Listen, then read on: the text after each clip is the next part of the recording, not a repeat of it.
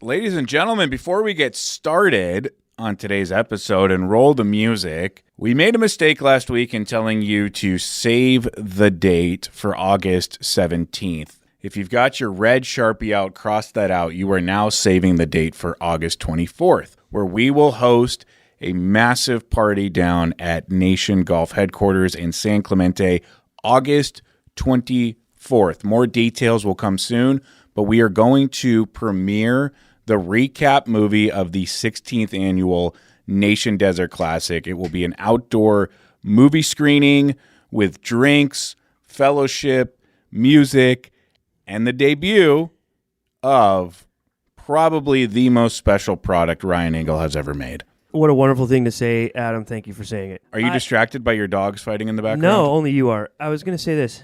I think I've kind of found my sweet spot. I found my calling. I started Nation on the principle of what my grandfather built and the era in which they celebrated that, and the fact that I couldn't find stuff that was of that era and look. And so what better way to find it than to make it yourself? But I've realized in recent months, Adam, that this passion to redeliver these designs goes beyond the hard collar. And there is a whole plethora of golf supply items for the player with discerning taste, in which I am called to create. So this new product, yes, it is very fun and special, but there's a lot more stuff up the kid's sleeve, let me tell you. I hope what else you have up your sleeve is silencing your cell phone and breaking up this scrum between your two little dogs. No one can hear it but you. You're just Save the date, August 24th. Follow us on Instagram. More details to follow. Hopefully we see you here in San Clemente at our headquarters on August 24th. Now let's start the show. You're going to cut out everything I said, huh? No. Yeah, I can already tell. No, I'm not. Yeah, you wanted a quick bit, and then I jumped in and made it long, and now you're all bummed about it. I can just feel your anxiety just resonating through your pores. I'm going to keep this part in. Okay, good.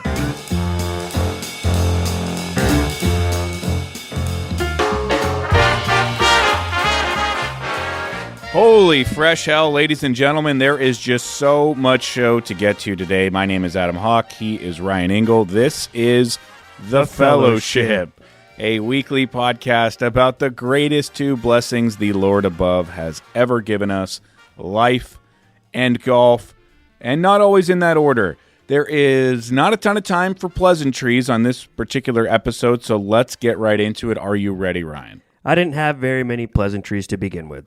Today is Monday, August 5th, and I am time-stamping this episode for those that might get to it at a later date because it's important to know that yours truly is coming off a whirlwind of a summer.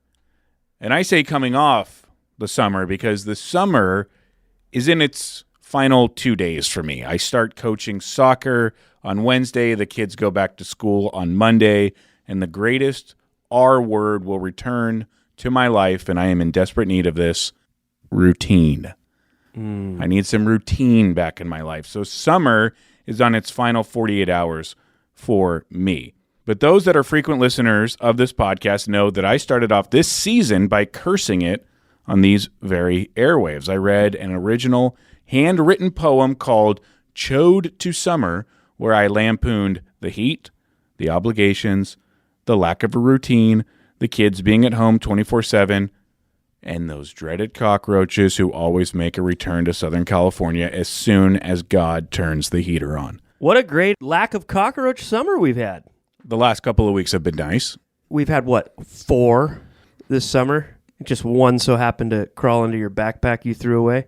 The poem that I read was as much therapeutic as it was prophetic because everything I mentioned came true and played out. Here's a very quick rundown of everything that has been mentioned on the podcast this summer. In late June, I ruined a trip to Disneyland by nearly drowning my 8-year-old daughter on a water ride called Grizzly Rapids. Temperatures in Fullerton climbed to the high 90s, and our wall unit AC has been working overtime ever since. Just got my energy bill. How'd that swamp cooler set you back? $280. Oh, I laugh at that. Month of July. You got to get into the threes to complain, dude. The roaches returned from hell to the offices of the Nation Golf Company, and one even crawled into my backpack in the middle of recording a podcast episode. Who's to say it wasn't already in your backpack, and who's to say they didn't crawl over here from your car in Fullerton? I have been to Thousand Oaks, California, and Somas, California to cover 2 different golf tournaments over multiple nights in hotels for my other job. You met your hero in Thousand Oaks, didn't you? Caitlyn Jenner? Yeah. That's your hero. I thought you were saying that's the most famous person I've ever met. Doesn't mean she's my your hero. Shut up. Then I went to Seattle for a wedding and to visit family in mid-July, got back from that, and then my wife and kids almost immediately jumped in the car and went to Joshua Tree for a family trip with my in-laws as I stayed behind, leaving me all alone for 72 hours of bachelorhood, my first time sleeping at my own house alone in 10 years. And then late last week, I met them down the road in La Quinta for another trip that we put on the calendar some 6 weeks ago.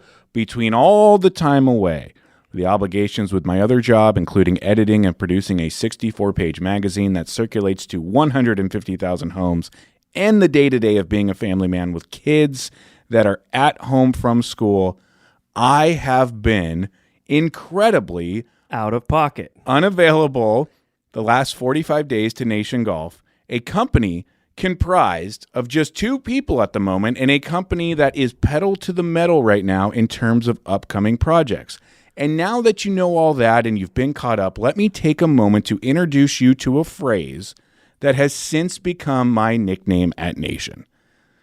Mr. Out of Pocket. Or Out of Pocket Hawkett. That's my favorite. The origin of this nickname comes from the fact that over the last 5 years of working with Ryan Engle, whenever I can't make it into the office, I will always send a text to him that says, "Hey, Pards, I'm out of pocket, mate." Here's what I have written on my notes. "Hey, Pards, sorry, but I'm out of pocket today, mate." What an idiot. It's a phrase, out of pocket, that I picked up when I worked for Jim Rome. Rome would commonly use that in text messages to me when he had evening plans and couldn't prep the next day's show with me. Which was every day. Hilarious. Some people will question the usage of the phrase because out of pocket can mean 3 different things. According to dictionary.com, it can mean when you have to pay for something. Mm-hmm. It can mean when someone is acting out of character or irresponsible. A little bit of that. And it can mean when someone is utterly unreachable. Unavailable. Yep. I use the latter definition, and I use it often. And because I've used the phrase to describe being unreachable or unavailable to Engle many times over the last 5 years, he has filed it away as some sort of hawkism that he loves to throw in my face when the time is right. Because, folks, I am nothing if not riddled with guilt and anxiety. I am a people pleaser to a toxic fault, and being out of pocket for a 2-man company makes me feel bad. It makes me feel like I'm letting down my partner. Aw. It makes me feel like I'm not pulling my weight. And since I've been so out of pocket the last month and a half, Engle has almost exclusively referred to me as either out of pocket Hawkett or simply Mr. Out of Pocket. And I hate it. It's like a verbal knife that impales the heart and twists over and over again, as there is no person in this world who would want the superpower of being in 2 places at once more than me. The sick part is that Engle knows that it bothers me, and that is the precise reason he uses it so often. Not the precise. The precise reason is because you are out of pocket. Just calling it like I see it, folks. Anyways, that's the show for today. That was the Adam Hawks recap of this summer's greatest hits that we've already talked about on this podcast. Went through the list of everything he's done, and tune in next week. We're going to do Ryan's greatest hits from the summer that he's talked about on this podcast. We want to thank you guys for listening. We'll see you next time. You wish that was the end, because these last 7 days could be 7 weeks worth of podcasts. Because this past Monday, as mentioned before, my wife and 2 kids left me alone at the house for 3 straight days. Yes, I had to work, but everything after that on those 3 days was up to me. And I took a running log of my activities Monday till Wednesday. Oh, you don't say, Hawk. What were your notes? Monday, July 29th, I came into the Nation offices, recorded last week's podcast, and stayed late because I had no reason to go home. And I caught up on a lot of work. What work did you catch up on? because I know it wasn't nation work. Out of pocket. If catching up on work sounds boring, it's because it is, but it was also great to front load a lot of that busy work so I could free up Tuesday and Wednesday. Part of that busy work was completing a 2-hour online course on child sex abuse and child bullying, something that I had to do in order to coach soccer this season, which, holy shit, spoiler alert, I've signed up to coach my 6th season of soccer, and you can expect some more out-of-pocket Hawk It until mid-October. My God. On Monday night, I drove home after traffic, went straight to sushi, brought it home, set up a TV tray, and played golf video games until damn near midnight. What an idiot. It was glorious. What an idiot. And because so many people had listened to the podcast episode earlier that day, I was getting a lot of text messages asking me what I was doing at home alone. Because, folks, every dad can relate to the feeling of freedom that I had coursing through my veins on night one. What's weird is that I started to view my own home as an Airbnb, in the sense that it felt like vacation. I didn't want to make a mess because that meant cleaning it up. So Monday was the first of 3 straight days where I did not prepare a single meal so I would not dirty a single dish. When do you prepare a single meal? Take it easy. How is that different than your normal life? Well, my wife prepares them. Right. And then there are dishes. Oh, so you're the dish guy? I am. What do? Rinse and put it in the dishwasher? We don't use the dishwasher. I don't like the way dishes smell when they come out of the dishwasher. Oh, you got to clean the filter, bud. They smell like egg water. Because you got to clean it. You got to empty the filter. Have you ever done that before? I'm a hand wash guy. Yeah. So you've never cleaned the dishwasher? No. Did you know you could? No. I knew it. I also slept on my own side of the bed despite having it all to myself, so that I only had to make one side of it. And if you're asking yourself right now, did I wait until Wednesday to make the bed for the first time? The answer is a very proud yes. Where'd your massage therapist sleep?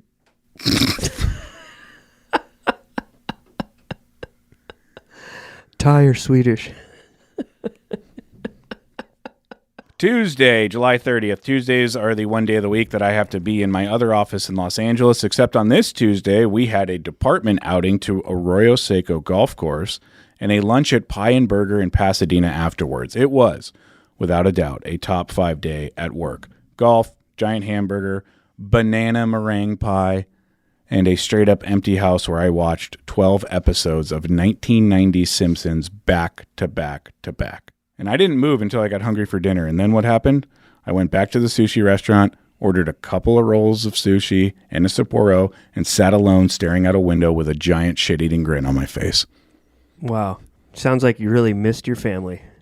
Wednesday, the final day of Bachelor Hawk. Of course, something had to go slightly wrong. One of the back walls at my single-family rental home was recently discovered to be in serious disrepair after a long winter of hard rain. Water damaged the wall so badly that my landlord had no choice but to knock it down and rebuild it. And, of course, he chose that Wednesday to do it and gave me the legal 24-hour heads up.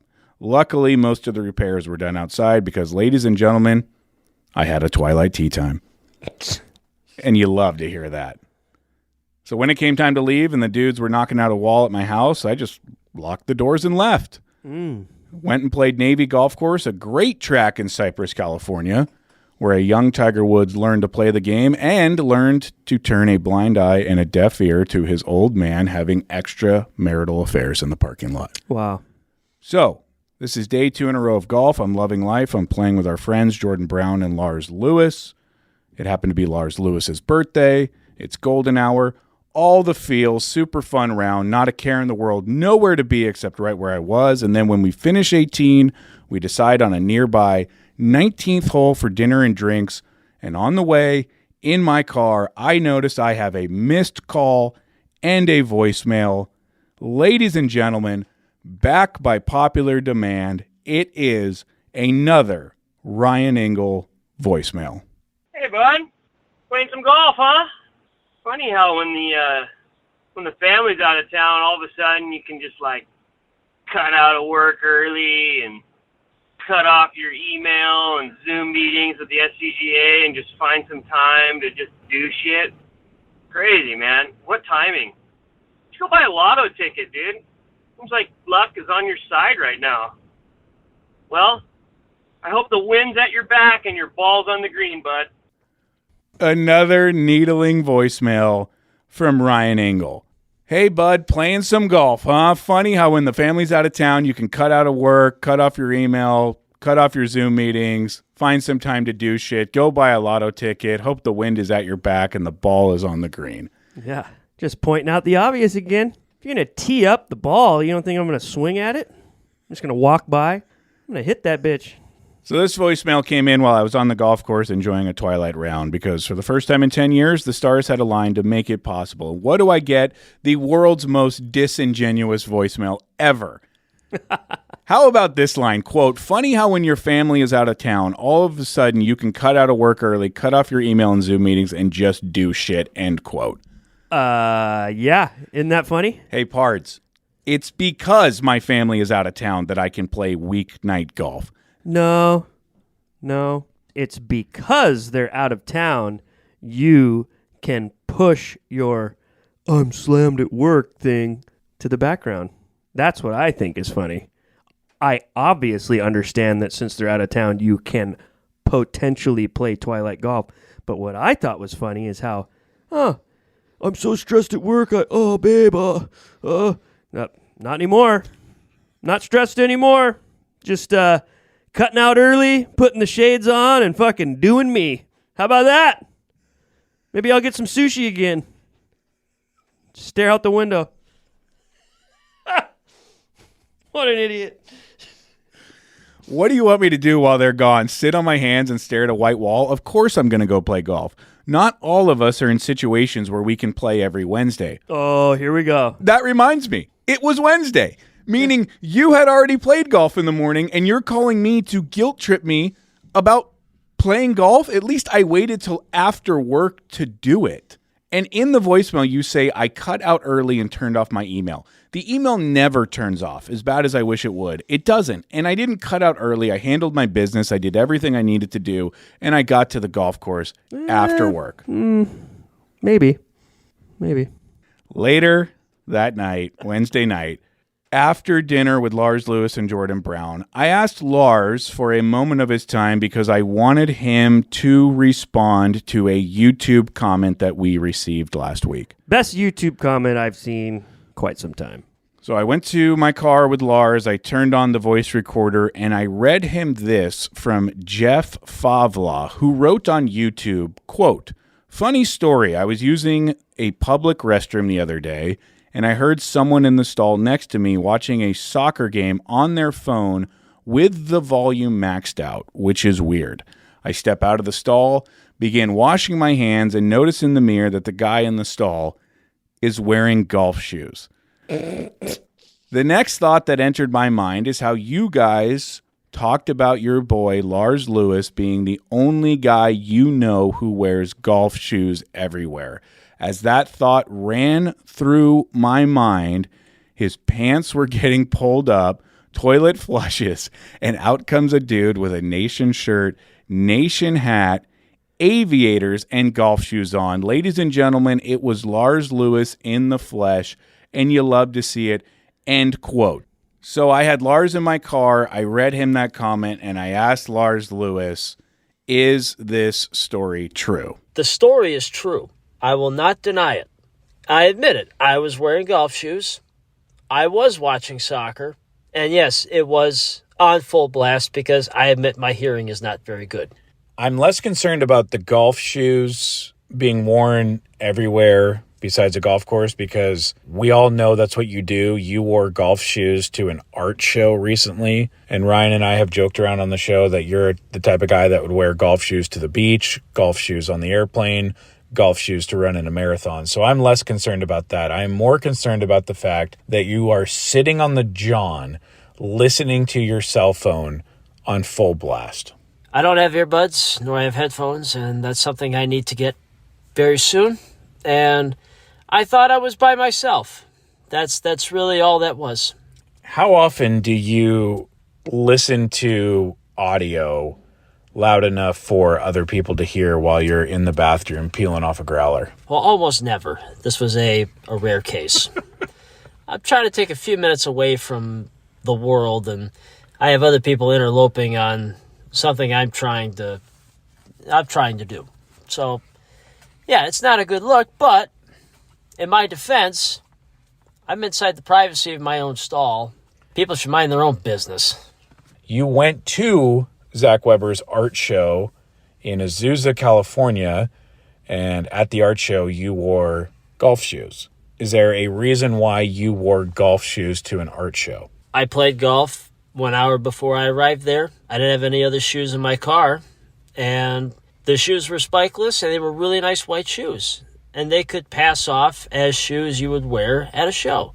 They were stylish, and they went with my outfit, so why change them? I'm not going to wear sneakers. Lars, I will tell you that many people in attendance at that art show took pictures of your shoes. You probably didn't notice them sneaking pictures of your shoes. Like I give a fuck. I don't care. If they want to look at my feet, they should pay for it.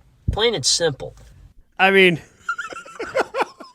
how many of our quirky friends and customers do we call out blatant mistakes and they just have a way to not take it in and flip it around? Here's a tip, you guys. Here's a pro tip. When you're caught red-handed with your pants down in a public stall and your volume on high, or you're at an art show with your cleats on, when people point something out to you, maybe listen. You think that I took advice from my grandfather and his friends when I was learning the game in their tournament and just like waited for them to stop talking and then argued my point further like I knew what the fuck I was talking about? No, dude. I listened. I'm going to go the opposite direction of you. I love that Lars Lewis does not heed the advice to stop wearing golf shoes everywhere, because then we get great results like him wearing them to art shows and him wearing them in public bathrooms while watching soccer full blast on a cellular telephone, and that we have eyes all over the Southland. Yeah, right? Calling it out, letting us know about it. What a crazy world we live in. I also love Lars Lewis for being such a good sport. He clearly does not care what anyone thinks, and that is a virtue. So credit to him for that. I just want to know how he stole Elton John's sunglasses. Okay. Sir Elton, are you missing your pink heart aviators? Oh, my gosh. Lars, apologies. I love the guy. I know you love the guy. And him wearing golf shoes all over the town yields some great content for us. And what a good sport to say, you know what, I will jump in your car and get interviewed. Good for him. Thank you, Lars, and happy belated birthday. If you guys want to wish Lars Lewis a happy belated birthday, he's on Instagram at LarsLewis12. The 12 stands for how many days a week he wears golf shoes. Had a really good time with Jordan and Lars on Wednesday night. Really? Thursday, I drove out to the desert after work, and I want to shout out the Monson family for allowing us to go out a day early. My wife was in Joshua Tree, and they said, you know what? We don't want her driving home with kids in the car just to turn around and go back out there the next morning. What a waste of gas and time. Why don't you guys just go on out a day early to our lovely La Quinta desert house and enjoy yourself? I love how when Ryan Monson offered you to go to his place earlier in the week, you were like, oh no, I could never, thank you so much, I could never do that. And then 24 hours later, hey, could I go to your house a little early? I don't know why I do this podcast with you. Hey, just calling out what I see, man. What do you want from me? Anyway, we met some of our closest friends out there for a great weekend. But again, this put me out of pocket as far as Nation Golf was concerned. So, ladies and gentlemen, it's just a day of great audio. On Friday, after being gone for another 2 days and only halfway through yet another vacation, I get this voicemail from Ryan Engle. Mr. Out of Pocket. Wow. From vacay to bachelor guy to twilight golf guy to vacation guy again. What a summer, huh? Crazy, man. I'm glad you're finally living that life, bud. Don't worry. Work's just piling up. You can stress on that next week. Just don't let it get to you. You know, don't think about it now. I'd hate for you to think about it now. Don't do that. Just enjoy the moment. Be in the present. You loved a vacation. You loved a vacation, he says. Folks, I want you to understand that everything Engle says in these voicemails is as disingenuous as it gets. Really? Really? You're the judge and jury on that? You don't know what I mean. And the executioner. When he tells me, don't think about work, I'd hate for you to think about work. Yeah, it's piling up back at home, but you can worry about that next week. What he is not so subliminally saying is, let me put the idea of work piling up in your head right now while you're on vacation. Yeah. Oh, man. Why don't you have another maximum strength Zin and think about it? Maybe a Celsius or whatever the fuck you drink. You know? Celsius. Yeah, whatever.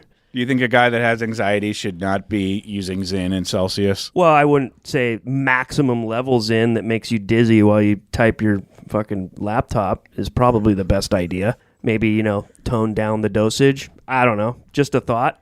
Hey, I have anxiety at work and my workload's way too much. Why don't I just max out on caffeine and nicotine? Fucking idiot.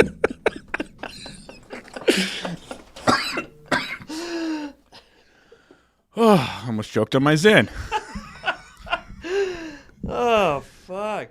For the record, folks, Hawk switched to these Zinners, and I was like, all right, let me try one. I want to see what this is all about. He didn't tell me that it was the fucking highest level one. Put that thing in my lip for 5 minutes. I literally had to grab the door jamb because I felt like I was going to fall over. The fact that you're on that level and doing that many of them, those are drugs. That's a drug. You're taking drugs at work. I just want you to know that. Take it easy. You're doing drugs on the job. Okay. For anyone from the SCGA listening to this, strike that from the record. Attention, jurors, you did not hear what that gentleman just spoke in this courtroom. Wow. Really? Really?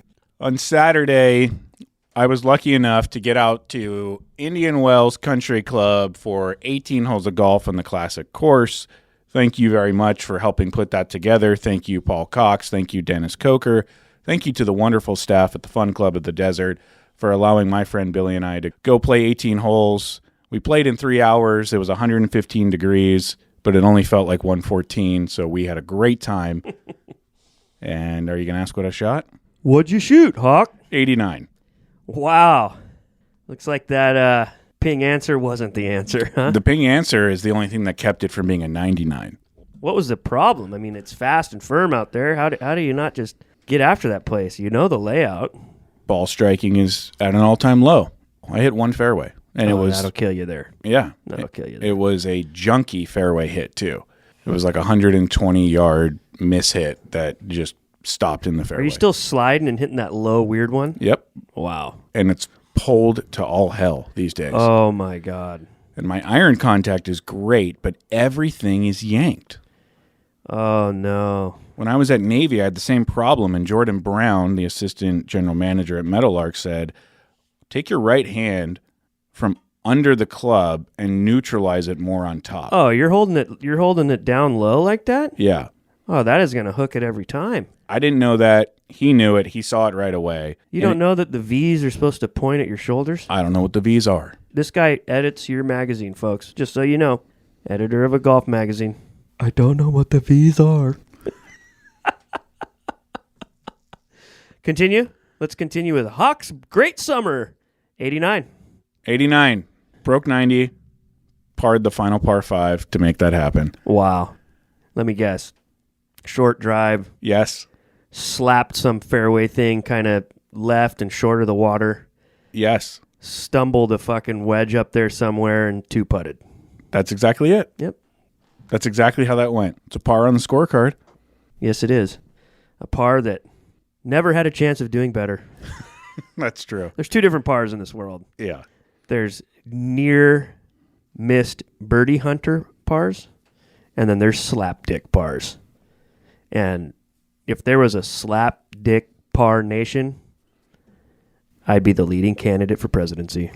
What did I say the week before? I had like 14 pars. Same thing last week. Really? Really? 14 pars.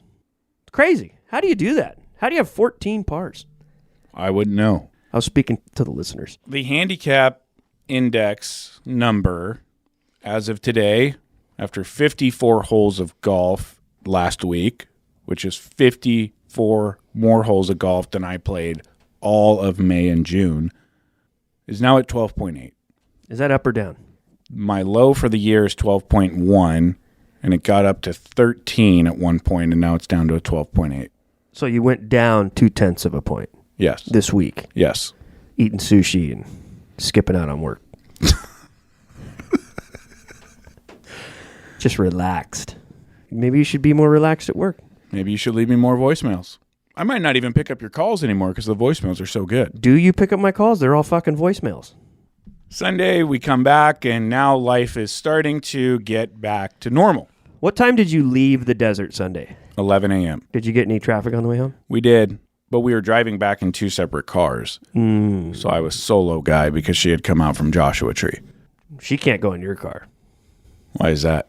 It smells like cigarettes. Oh, my gosh, dude. It smells like the Marlboro Man saddle, dude. This podcast is insane right now. It's insane. And here you were, bored to tears as I was recapping my week. I'm still bored to tears. If it wasn't for me, the entertainment value would be plummeting. Let's talk about the Olympics then, and the fact that Scottie Scheffler won the gold medal. And there's a couple of different angles here. Cheap joke went from silver bracelets to a gold medal.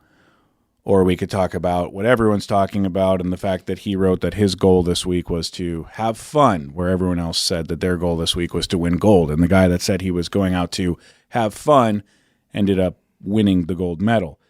The angle that I want to talk about is, do either of us care to walk back any of our takes from the last couple of weeks? Do I care to walk back the take that 2024 belongs to Xander Schauffele because he has won 2 majors, and majors are what really count, and Scottie Scheffler has won 6 tournaments and a gold medal, and the Masters, and the Players, and more money than God?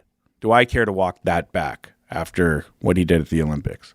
I'll answer that in a second, but let me ask you if you want to walk this back. Last week on the podcast, you agreed with me that the Olympics don't mean anything when it comes to golf. Now that your guy, Scottie Scheffler, has won the gold medal, do you care to walk back that Olympic golf doesn't matter? It doesn't matter as much as most are making it. It's basically because when talking about the significance of the passage of time. You didn't get that? Is it a Kamala Harris joke? Yeah. Talking about the significance of the passage of time, right? The significance of the passage of time. So when you think about it, there is great significance to the passage of time, and there is such great significance to the passage of time. Since the Olympics are now new again to the game, you can't measure them against the greats before you in those other eras. So it's discounted just based on that. But end of the day, whether you think that winning it and the gold medal you get is substantial or not, the fact of the matter is it was not a major, but it was a major pro tournament, being that the top ranked players in the world were there. The competition was there. The golf course was at a pro level of a course. And Scottie came back from behind and shot 9 under on Sunday to win it. To even remotely think that Zonder's year, we're talking about a year, was better than Scottie's, it's just completely false. Because a year is the whole body of work for the season playing professional golf, and Scottie has dominated. And when he didn't win, he was damn close. Zonder had a career of a season this season, one that is going to help define his career. 2 majors is incredible, but those were 2 hot weeks. 2 hot weeks does not beat a body of work for a complete season of domination. To answer your question, Hawk, I don't think the Olympics are as big a deal as people make it out to be as far as the golf world is concerned. But it was still a pro tournament, and Scottie put on an unbelievable performance. And he just showed again that he can kind of ho-hum his way around for a few days and put something together and be right there. If this guy putted fractionally better than he does, as far as the overall stats are concerned, we would be witnessing maybe even greater than Tiger-like dominance. But I don't walk my original statements back, I don't think that the Olympics are that big of a deal in the grand scheme of the game of golf. No one's going to sit here and be like, well, greatest accomplishment in Justin Rose's career was winning the gold medal in Brazil or wherever the fuck it was. No, it wasn't. I agree with everything that you just said. When I said last week that the Olympics don't matter, I will slightly change that to say the Olympics don't matter to me or the grand scheme of somebody's career, but they certainly matter to the players. Yeah, they matter to the players. And look, if we're going to, at the end of the year, compare trophy cases, to have that gold medal dangling there, that adds to the charisma of your collection, no doubt. But I'd say Scottie winning the Players this year was a bigger feat than the Olympic gold medal. Sure. I guess my main knock against the Olympics and golf in the Olympics is that for 122 years, it was not available to the players. Yeah. Jack Nicklaus, Arnold Palmer, Tiger Woods never got the opportunity to play in the Olympics because golf was not an Olympic sport when they played. These guys now are getting the opportunity because this is the third Olympics in a row where golf has been back in the Olympics. So I don't think you can compare it to the guys that never had that opportunity. And also just the fact that it's the same format as any regular tournament and that these same guys are typically in those same regular tournaments. It doesn't feel that special to me, but it certainly feels special to the players. And you could see that it meant a lot to Scottie when he was on the podium crying. And if you're just looking at it from a golf point of view, forget the Olympics, you're right. That comeback was epic and it proved that he is dominant. So to the question of do I want to walk back my take that 2024 belongs to Xander Schauffele, I think I do. I think I'm wrong about that. Scottie is roughly 2,000 points ahead of him. Mm-hmm. And he is roughly double, nearly double the year earnings on the money list. This is pro golf. They play for money. That's what pro golf is. And the bigger tournaments pay more. So just based on data and performance, he has doubled second place. He literally is lapping the field, and he's nearly lapped second place. Mm-hmm. So Xander isn't on Scottie's heels. Scottie's on Xander's heels for lapping the field. That's what we're talking about, folks. So have fun on social media. Make the argument because you want the clicks and the comments and the shares that if Xander wins, is he going to be the best golfer of the year or have the better year? Just another modern day golf social media fail. One thing I will not walk back is that despite the fact that Scottie has had the far more dominant 2024, Scottie would trade the gold medal and the 5 other wins that weren't the Masters for Xander's 2 majors. Last week, I would have said, yeah, I think you're right. This week, I would say there's a chance that you could be wrong. And this is why.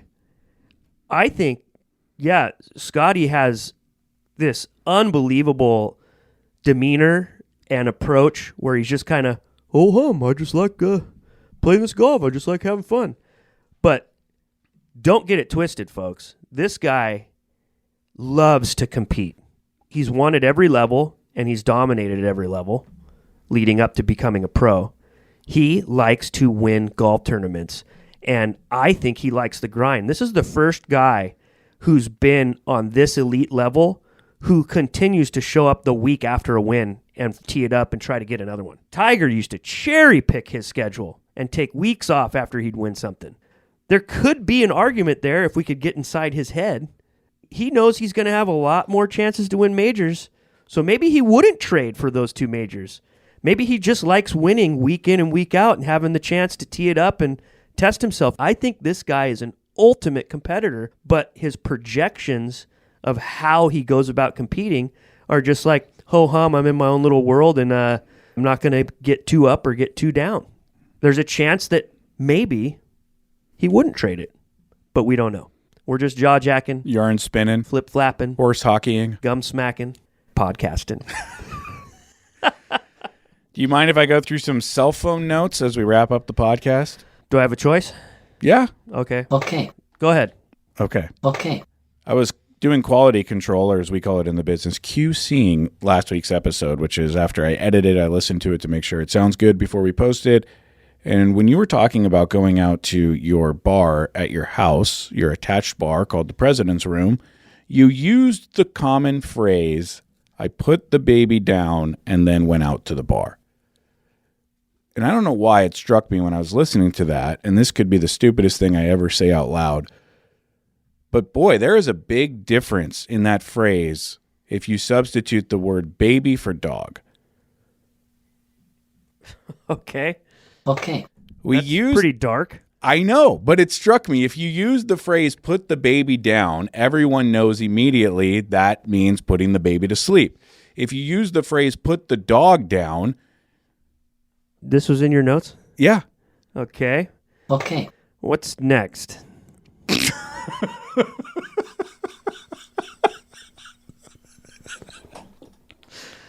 Some compelling podcasting here, folks. You just love to hear it. Wow. I knew that wasn't going to go well. Yeah, well, you were right. Politics aside, folks, and I mean it right now, put your politics aside because I certainly am bringing nothing at all political to this. Oh, God.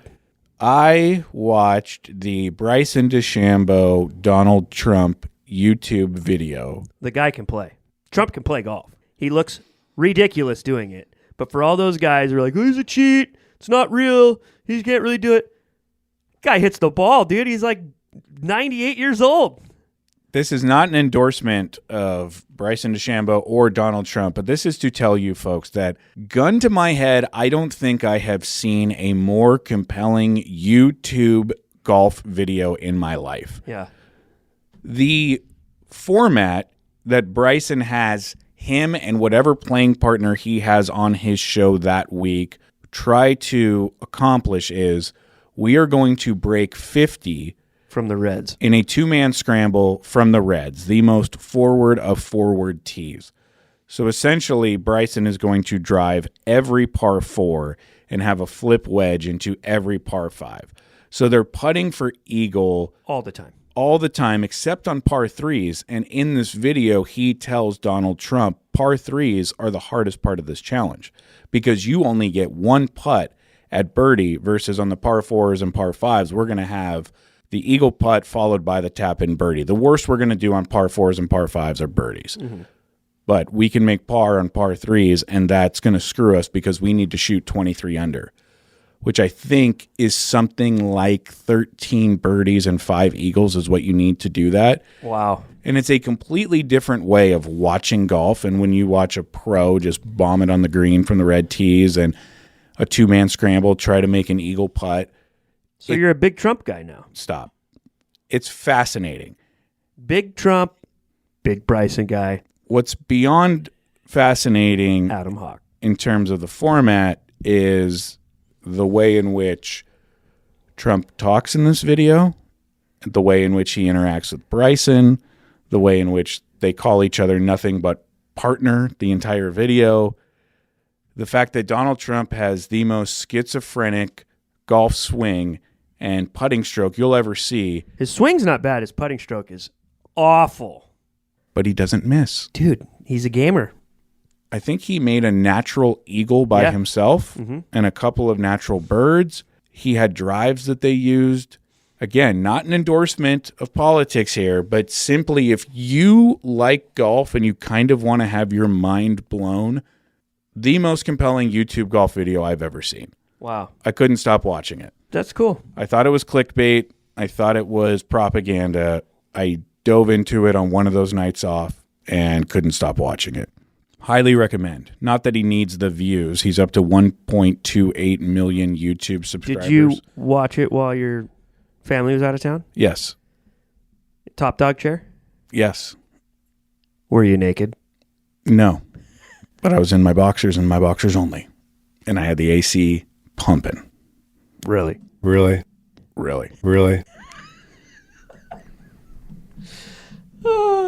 Out of pocket. Those boxers have pockets.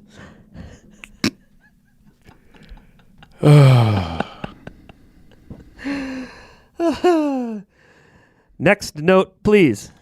Let's do a YouTube comment from Maximilian6561. Hawk, was the last time you really played 18 holes of golf back in June? And prior to that, April. Totally understand that you're a young father with dual employment, but how often ideally would you like to be playing golf, and what would be realistic for someone with your schedule? Great question. Ideally, I would like to be playing golf 3 times a month. 3 weeks on, 1 week off. That's not going to happen because, let's be real about golf. It's a day. You might think of golf and how long it takes you to play your round, 4 hours, 4.5, 5 hours. But did it take all day to cut out of work early and go play Twilight? You're an idiot. You're an idiot. Really? Really? There's obviously the drive there. You're not showing up right at your tee time. You're showing up a half hour to an hour before to either get some food, hit some balls, see your friends that you're playing with. Then there's the time after. Sometimes it involves a 19th hole, but it certainly involves a drive back. Golf to me is a 7-hour production. 7 hours is 1/3 of the day. And if you take away sleeping hours, it's half the day. And when you consider the mindset you're in when you get back from golf, at best, you're tired as hell. At worst, you're tired as hell and drunk as hell. So you've essentially wiped yourself off the planet for one whole day.